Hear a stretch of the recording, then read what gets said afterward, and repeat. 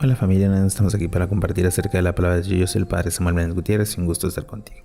Estamos en el día número 328 de la lectura de la palabra de Dios. En este día vamos a compartir del libro de los Hechos de los Apóstoles, capítulo 7, de la carta a los Romanos, capítulo 11 al 12, y el libro de los Proverbios, capítulo 27, versículos del 13 al 14. Vamos a preparar nuestra sala de escritura para continuar la lectura de la palabra de Dios. También vamos a preparar nuestro corazón. En el nombre del Padre, y del Hijo, y del Espíritu Santo. Amén. Del libro de los Hechos de los Apóstoles, capítulo 7, discurso de Esteban. El sumo sacerdote le preguntó: ¿es verdad lo que dicen? Esteban respondió: hermanos israelitas, autoridades de nuestra nación, escuchen. El Dios de la gloria se aparece a nuestros antepasados de Abraham cuando estaba en Mesopotamia antes de establecerse en Harán, y le dijo: deja tu tierra y tu parentela, vete a la tierra que yo te mostraré. Él salió del país de los caldeos y estableció en Harán. De ahí, después de la muerte de su padre, Dios le trasladó a esta tierra en la que ustedes viven ahora, y no les dio ni siquiera un palmo de tierra en propiedad, pero prometió dárselas en posesión a él y a su descendencia. Y aunque no tenían hijos, Dios le dijo a sus descendientes: vivirán como extranjeros en una tierra extraña y serán esclavos durante 400 años. Pero a la nación a la que sirvían, ya lo juzgaré, añadió Dios, y después de esto, saldré y me dará culto en este lugar. Más tarde le dio la circuncisión como signo de esta alianza.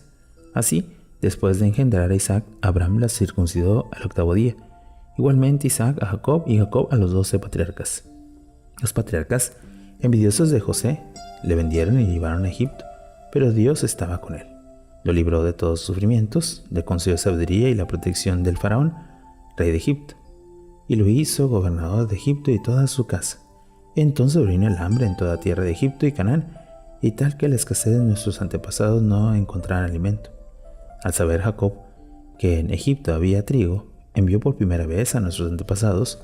La segunda vez José dio a conocer a sus hermanos, y el faraón se puso de que la familia precedía a José. Entonces José mandó llamar a su padre y a Jacob y toda la parentela, compuesta por 75 personas. Y Jacob bajó a Egipto. Cuando murieron él y nuestros antepasados, fueron trasladados a Siquén y enterrados en el sepulcro de Abraham. Habían comprado a los hijos de Hamor en Siquén. A medida que se acercaba al tiempo en que debía cumplirse lo que Dios había jurado a Abraham, el pueblo aumentó a su multiplicaba en Egipto, hasta que surgió ahí otro rey que no había conocido a José, un rey que engañó a nuestra gente y maltrató a nuestros antepasados, obligándolos a dejar abandonados a sus hijos recién nacidos, para que no sobrevivieran. Entonces nació Moisés, que fue grato a Dios, criado durante 3 meses en casa de su padre. Fue abandonado, pero la hija del faraón lo adoptó y lo crió como hijo suyo. Moisés fue educado según la sabiduría egipcia y se hizo respetar por sus palabras y sus obras. Al cumplir los 40 años, se propuso a visitar a sus hermanos, los israelitas. Viendo cómo maltrataban a uno de ellos, lo defendió y lo vengó. Mató al egipcio. Pensaba que sus hermanos comprenderían que Dios le había salvado por medio de él, pero ellos no comprendieron. El día siguiente, sorprendido a unos peleando y tratando de reconciliarlos. Ustedes son hermanos, les dijo. ¿Por qué se maltratan?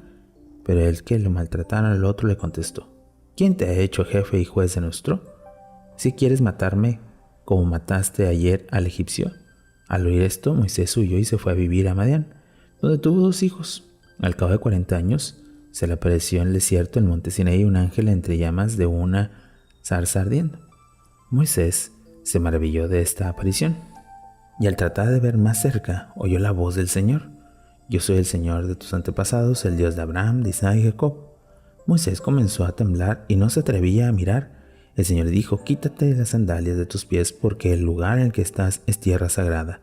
He visto la opresión de mi pueblo en Egipcio, y he oído su gemido, y he hablado a librarnos.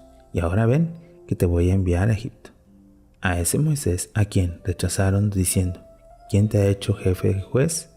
Dios le envió como jefe y libertador, por medio del ángel que se le apareció en la zarza. Él lo sacó realizando signos y prodigios en Egipto, en el Mar Rojo y en el desierto durante 40 años. Él es quien dijo a los israelitas: Dios suscitará de entre sus hermanos un profeta como yo. Él es quien la asamblea del desierto actuó al intermedio entre sus antepasados y el ángel que la había en el monte Sinaí, y quien nos transmitió palabras de vida. Pero nuestros antepasados no quisieron obedecerle, sino que le rechazaron y acordándose de Egipto con nostalgia.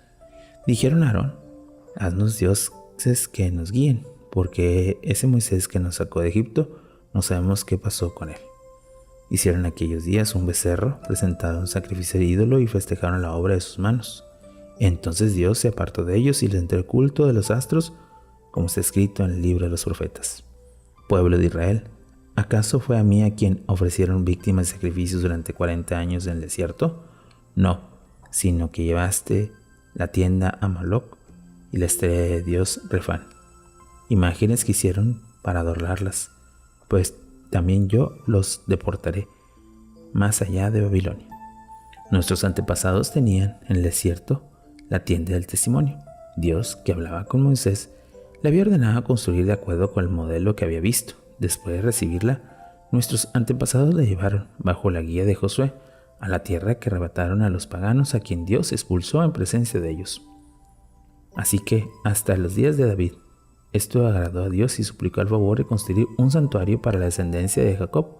Con todo, fue Salomón quien edificó una casa.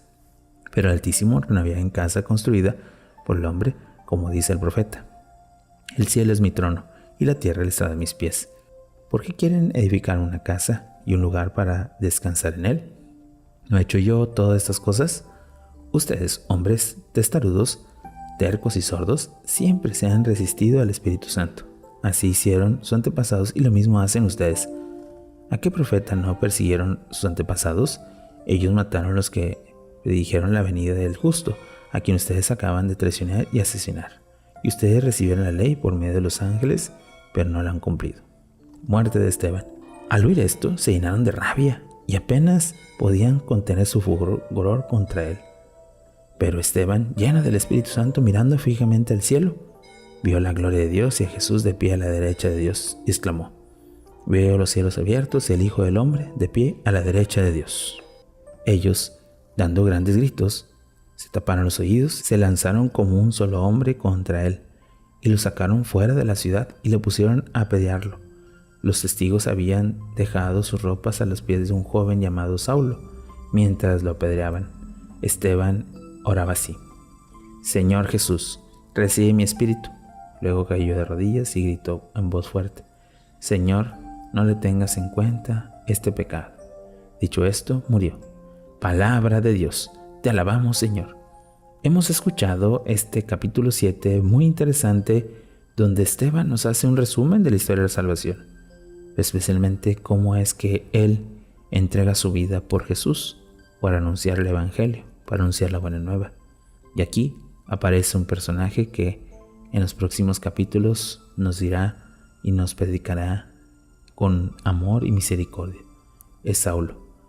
Meditemos cómo es que nosotros seguimos caminando en ese camino y sobre todo buscando al Señor Jesús. Meditemos un poco la palabra de Dios.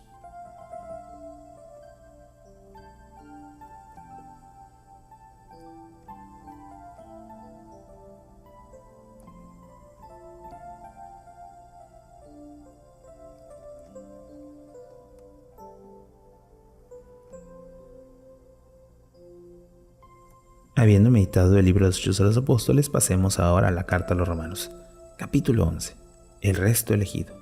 Y yo pregunto, ¿es que Dios ha rechazado a su pueblo? De ninguna manera, porque también yo soy israelita, descendiente de Abraham y de la tribu de Benjamín. Dios nos ha rechazado al pueblo que había elegido.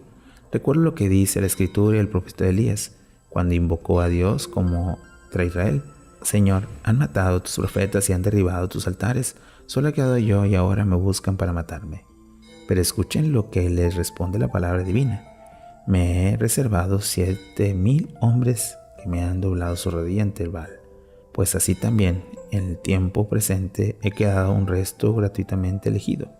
Y si es así por gracia, ya no se debe a la obra, pues de los contrarios de la gracia no sería gracia. ¿Qué significa esto? pues que no todo Israel ha conseguido lo que buscaba, lo que han conseguido los elegidos, mientras que los demás han endurecido, según dice la Escritura. Dios les dio un espíritu insensible, ojos para no ver y oídos para no oír, hasta el día de hoy. Así dice David, que su prosperidad se los convierta en trampa y en lazo, en ocasión de ruina y de castigo, que sus ojos se oscurezcan para no ver y su espalda permanece continuamente doblada. Israel y los paganos. Y pregunto aún, ¿habrá tropezado los israelitas de manera que castigan definitivamente? De ninguna manera. Por el contrario, con su caída ha llegado la salvación a los paganos, provocado así los celos de Israel. Y si su caída y su fracaso se han convertido en riqueza para el mundo y para los paganos, ¿qué no sucederá cuando llegue a la plenitud? Me dirijo ahora a ustedes, los paganos, precisamente porque soy apóstol de los paganos. Trataré de honrar este ministerio mío, a ver si provoco celo en los que de mi raza y logro salvar a algunos de ellos. Porque si su fracaso ha servido para reconciliar el mundo, ¿no será su reemisión como en volver de los muertos a la vida? Y es que si el primero pan está consagrado a Dios, ¿lo está toda la masa? Y si está consagrada la raíz, ¿está también las ramas? Cierto que algunas ramas han sido arrancadas y que tú, olivo silvestre, has sido injertado entre los restantes y comportaste como ella la raíz y la savia del olivo. Pero no te creas mejor que aquellas ramas. Y por si te crees mejor, recuerda que no eres tú quien sosteniste la raíz, sino la raíz la que te sostiene a ti. Me dirás, ¿han arrancado las ramas para injertarme a mí? De acuerdo, ellas han sido arrancadas por su incredulidad y tú estás en pie por la fe. Así que no te enorgullezcas ni descuides, porque si Dios no perdonó a las ramas originales, tampoco a ti te perdonará. Considera pues la bondad y la severidad de Dios, severidad para los que han caído, bondad para ti, siempre que tu conducta responda a esa bondad. De lo contrario, tú también serás arrancado. En cuanto a ellos, los israelitas, si no persisten en la incredulidad, volverán a ser injertados. Dios puede muy bien injertarlos de nuevo, porque si tú has sido cortado de un olivo silvestre, a que por naturaleza pertenecías, ya has sido injertado contra la naturaleza en el olivo fértil, con cuán mayor facilidad podría ser injertada las ramas originales en el propio olivo. Restauración final de Israel. No quiero, hermanos, que ignores este misterio para que no andes presumiendo por ahí. El endurecimiento de una parte de Israel no es definitivo. Durará hasta que se convierta el conjunto de los paganos. Entonces todo Israel se salvará, como dice la Escritura. Vendrá de Sión el que los libre, alejará de Jacob la impiedad, y mi alianza con ellos será restablecida, cuando yo lo perdone sus pecados. En lo que respecta a la aceptación del Evangelio, los israelitas aparecerán como enemigos de Dios para provecho nuestro. Sin embargo, en lo que respecta a la elección, siguen siendo muy amados por Dios a causa de sus antepasados, pues los dones y la llama de Dios son para siempre. También ustedes eran en otro tiempo rebeldes a Dios, pero ahora, por la desobediencia de los israelitas, han alcanzado misericordia. De igual modo, ellos son ahora rebeldes debido a la misericordia que Dios ha concedido a ustedes, para que también ellos obtengan misericordia, porque Dios ha permitido que todos seamos rebeldes para tener misericordia de todos. Canto a la sabiduría divina. Oh profundidad de la riqueza, de sabiduría y de la ciencia de Dios, nadie puede explicar sus decisiones ni comprender sus caminos. ¿Por qué? ¿Quién conoce el pensamiento del Señor? ¿Quién ha sido el consejero? ¿Quién ha prestado algo para pedirle que se lo devuelva? De Él, por Él y para Él son todas las cosas. A Él la gloria por siempre. Amén. Capítulo 12. Nueva vida en Cristo. Les pido pues, hermanos, por la misericordia de Dios, que ofrezcan como sacrificio vivo y santo, agradable a Dios. Este debe ser su auténtico culto. No se adapten a los criterios de este mundo. Al contrario, transfórmense, renueven su interior, para que puedan descubrir cuál es la voluntad de Dios, qué es lo bueno, lo que agrada, lo perfecto. Les digo, además de todos, que cada uno de ustedes, en virtud de la gracia que Dios me ha confiado, que no se consideren más de lo debido, sino que cada uno se considere en lo que vale, conforme al grado de la fe Dios le ha concedido. Porque así como un solo cuerpo tenemos muchos miembros, y no todos los miembros tienen la misma función, así también nosotros, aunque somos muchos, formamos un solo cuerpo al quedar unidos a Cristo y somos miembros de uno de los otros, puesto que tenemos dones diferentes según la gracia que Dios nos ha confiado. Y el que vea parte de Dios, háganlo de acuerdo con la fe, y el que le sirve entregue ese servicio, el que enseña la enseñanza, el que exhorta la exhortación, el que ayuda hágalo con generosidad, el que atiende con solicitud, y el que practica la misericordia con alegría. Normas concretas de la conducta. Que el amor entre ustedes no sea hipócrita. Aborrezcan lo malo y pónganse de parte de lo bueno. Aprecien unos a otros como hermanos y sean los primeros en estimar unos a otros. No sean perezosos para el esfuerzo. Manténganse fervientes en el espíritu y listos para el servicio del Señor. Vivan alegres por la esperanza y sean pacientes en el sufrimiento, perseverantes en la oración. Compartan la necesidad de los creyentes, practiquen la hospitalidad. Bendigan a quien los persigue, bendigan y no maldigan. Alégrense con los que se alegran y lloren con los que lloran. Vivan con armonía unos con otros, no sean engreídos. Antes bien, pónganse al nivel de los sencillos y no sean autosuficientes. Aneen de vuelta el mal por mal. Procuren hacer el bien ante todos los hombres. Hagan lo posible en cuanto a ustedes dependa, por vivir en paz con todos. No hagan justicia por sus propias manos, queridos míos, sino dejen que Dios castigue. Pues dice la Escritura, a mí me corresponde hacer justicia, yo haré su merecido a cada uno. Esto es lo que dice el Señor. Por tanto, si tu enemigo tiene hambre, dale de comer. Si tiene sed, dale de beber. Actúa así y harás que enrojezca de vergüenza. No te dejes vencer por el mal, por el contrario, vence el mal a fuerza de bien. Palabra de Dios. Te alabamos, Señor. Hemos escuchado este capítulo 11 y 12 de la Carta a los Romanos, donde Pablo nos enseña cómo es que tenemos que actuar, pero especialmente nos muestra esa misericordia del Señor. ¿Cómo te has comportado ante el conocimiento y sobre todo la gracia de Dios en tu vida? Meditemos un poco la palabra de Dios.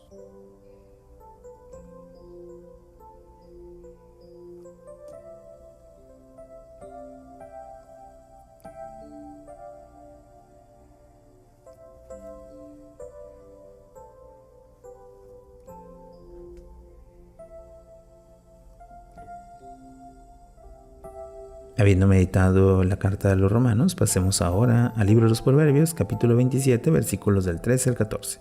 Quítale la ropa, pues salió fiador de un estaño. Tómale una prenda, pues avaló a un desconocido. Quien de madrugada saluda a voces a su prójimo, más bien perece maldecirlo. Palabra de Dios. Te alabamos, Señor. Oración final. Padre bueno, tú que nos muestras que con la fe y sobre todo al conocer a Jesús podremos vivir siempre tu gracia, permite que el Espíritu Santo llegue a nuestros corazones y lo consideremos siempre nuestro Salvador. Tú que vives y reinas por los siglos de los siglos. Amén. Bueno, familia, hemos tenido un día más de lectura de la palabra, esperando que podamos ir perseverando todo viviendo esta gran experiencia. Que tengas un buen día y una fantástica semana. Bendiciones.